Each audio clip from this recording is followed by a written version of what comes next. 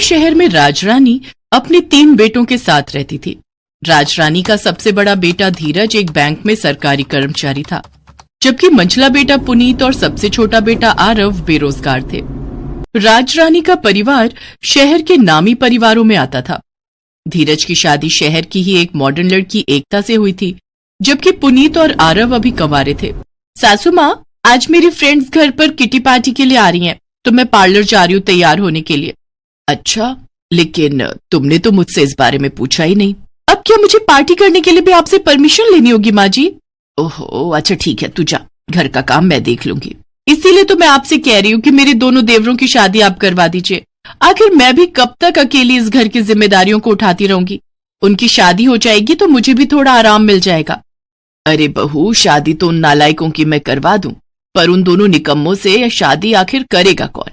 शहर की कोई लड़की तो उन निकम्मों से शादी करने से रही, तो माँ जी फिर गांव की कोई लड़कियां ले आइए। अगर शहर की लड़की के चक्कर में रही तो ऐसा ना हो कि दोनों देवरों की उम्र ढल जाए और गांव की लड़की भी ना मिले फिर उन्हें। तुम सही कह रही हो बहू, अब भले ही मुझे गांव की लड़कियों को ही बहू क्यों न बनाना पड़े, लेकिन अब मैं उन दोनों की शादी करके ही रहूंगी। अगले दिन ही राजरानी अपने पंडित को बुलाती है और अपने दोनों बेटों के लिए लड़की ढूंढने के लिए कहती है। कुछ ही दिनों में पंडित एक ही गांव की 2 लड़कियों रेशमा और कोमल का रिश्ता लेकर आता है। दोनों ही लड़कियां दिखने में खूबसूरत थी, इसलिए उनकी फोटो देखकर राजरानी झट से शादी के लिए हाँ कर देती है और फिर 2 महीने के अंदर ही उन दोनों को अपनी बहू बनाकर घर ले आती है। राजरानी उनकी आरती उतारते हुए कहती है, हमारे घर में दोनों नई बहुओं का स्वागत है।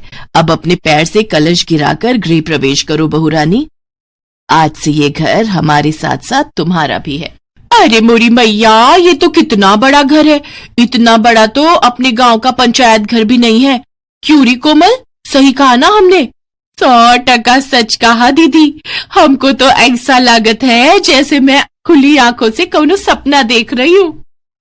उन दोनों को इतना खुश देखकर एकता और राजरानी खुश हो जाती हैं, लेकिन उन्हें क्या पता था कि उनके घर आई ये गांव की बहुएं आगे क्या क्या कारनामे दिखाएंगी। अरे मोरी मैया, ये अलमारी यहाँ रखी हुई है, हम तो सारे घर में इसे ढूंढ रहे थे, पर पता नहीं ये जेठानी जी ने इसमें इतनी सारी सब्जियां और फल काहे रखे हैं। रेशमा जल्दी से उसमें से सारा सामान निकालती है और अपने सारे कपड़े उसमें रख देती है। अरे बहू, ये तुम क्या कर रही हो? माँ जी, हम अपने कपड़े अलमारी में लगा रहे हैं। लेकिन मंझली बहू, ये अलमारी नहीं फ्रिज है। फ्रिज वो का बीमारी है बहू, इसमें कपड़े नहीं बल्कि फल, सब्जियां, दूध और पीने का ठंडा पानी रखा जाता है। अरे मोरी मैया, तभी ने तो हम कहे कि ये ठंडी और लाइट वाली अलमारी तो हम पहली बार देखे हैं।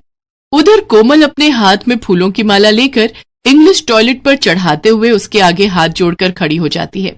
तभी एकता उसके पास आती है और कहती है, अरे कोमल, ये तुम क्या कर रही हो? तुमको दिखता ना है का जेठानी जी, हम इसको प्रणाम कर रहे हैं। तुम पागल हो गई हो क्या? भला टॉयलेट को कोई हार पहनाकर उसको प्रणाम करता है क्या? आप नहीं जानती जेठानी जी, हमरे पूरे गांव में टॉयलेट नहीं है। हमको तो संडास के लिए रात में भी जंगल जाना पड़ता था। हमरे लिए तो ये बड़ी ही कमाल की चीज है जेठानी जी। तुम सचमुच में गांव की गवार हो। हाय मोरी मैया, इन सामानों में तो कितनी धूल मिट्टी जमा है। लागत है सासू माँ और जेठानी जी इसकी बिल्कुल भी सफाई नहीं रखती हैं। हमरी जेठानी को तो खुद की पुताई करने से ही फुर्सत कहाँ है जो इन सब पर ध्यान दे। अब हम इसको ऐसा चमकाएंगी कि सबकी आंख खुली की खुली रह जाएगी। हाँ, इतना कहकर रेशमा वो सारा सामान उठाकर बाथरूम में ले जाती है और वॉशिंग मशीन में पानी डालकर धोने के लिए डाल देती है। तभी उसमें से जोर जोर की आवाज आने लगती है। हाय मोरी मैया, लागत है भूकंप आने वाला है। हमको जल्दी से जाकर टेबल के नीचे छुप जाना चाहिए, नहीं तो कहीं ये घर हमरे ऊपर ही ना गिर जाए। रेशमा जल्दी से जाकर टेबल के नीचे छुप जाती है। तभी मशीन की आवाज सुनकर राजरानी वहां आती है। ये मशीन इतनी जोर से आवाज क्यों कर रही है? राजरानी भागकर वॉशिंग मशीन के पास जाती है और उसे बंद कर देती है।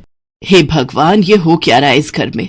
फ्रिज में कपड़े रखे जा रहे हैं, मशीन में लैपटॉप धुल रहा है, टॉयलेट को माला पहनाई जा रही है। ओफो, पता नहीं क्या होगा मेरे इस घर का। राजरानी रेशमा को आवाज लगाती है और कहती है, रेशमा बहू। जी सासू माँ, हम यहाँ छुपे हैं इस टेबल के नीचे। लेकिन तुम वहां क्यों छुपी हुई हो? सासू माँ, भूकंप आए वाला है, आप भी हमरे साथ छुप जाओ, नहीं तो ये भूकंप कहीं आपको भी ना ले डूबे। कोई भूकंप नहीं आ रहा है, जल्दी से टेबल के नीचे से बाहर आओ। क्या हुआ? भूकंप चला गया क्या? तभी वहां एकता और कोमल भी आ जाती हैं और राजरानी उनको सारी बात बताती है। अरे तुम दोनों गवार हो क्या? तुम दोनों की वजह से हमारा लाखों का नुकसान हो गया। हे भगवान, पता नहीं कहां से ये गवार हमारे पल्ले पड़ गई। मैंने सोचा था घर में 2 बहू और आ जाएंगी तो मेरी सारी सिरदर्दी खत्म हो जाएगी, लेकिन मुझे क्या पता कि गांव की गवार से अपनी बेटों की शादी करने के बाद मेरी सिरदर्दी और बढ़ जाएगी। अपनी सास और जेठानी के ताने सुनकर कोमल और रेशमा की आंखों में आंसू आ जाते हैं। साथ ही उन्हें अपने किए पर पछतावा भी होता है। कोमल रोते हुए अपनी सास से कहती है, सासू माँ, हम दोनों गांव से आई हैं। हमरे पूरे गांव में कौनों के घर ही सब सामान नहीं है, इसे हमको नहीं पता कि इनका इस्तेमाल कैसे करना है। हमने ये सब जानबूझ के नहीं किया, हमको माफ कर दीजिए। जेठानी जी, सासू माँ, हम गांव से आई है तो शहर के तौर तरीके सीखने में हमको थोड़ा समय तो लगेगा ना, अनजाने में ही सही, पर हमसे लाखों का नुकसान तो हुआ है ना, उसके लिए हमको बहुत शर्मिंदगी है। अगर आप हमें शहर के तौर तरीके सिखा देंगी तो हम सब अच्छे से कर पाएंगे। उन दोनों की बातें सुनकर एकता और राजरानी को उन पर दया आ जाती है और उन्हें भी इस बात का एहसास होता है कि इसमें उनकी गलती नहीं है। तुम दोनों भी मुझे माफ कर दो, मैं समझ ही नहीं पाई कि इसमें तुम्हारी कोई गलती नहीं है। अब से तुम्हारी ये बड़ी बहन अपनी दोनों छोटी बहनों को शहर के सभी तौर तरीके सिखाएगी। हम ही पागल थे जो बिना तुम्हें कुछ समझाए ही तुम पर चिल्लाते रहे। अब से हम मिलकर तुम दोनों को शहर के सभी तौर तरीके समझाएंगे। कुछ ही दिनों में उन दोनों के पहनावे से लेकर उनकी बोली तक और काम में काफी बदलाव आ जाता है और वो दोनों जल्द ही सही सलीके से काम करना सीख जाती हैं।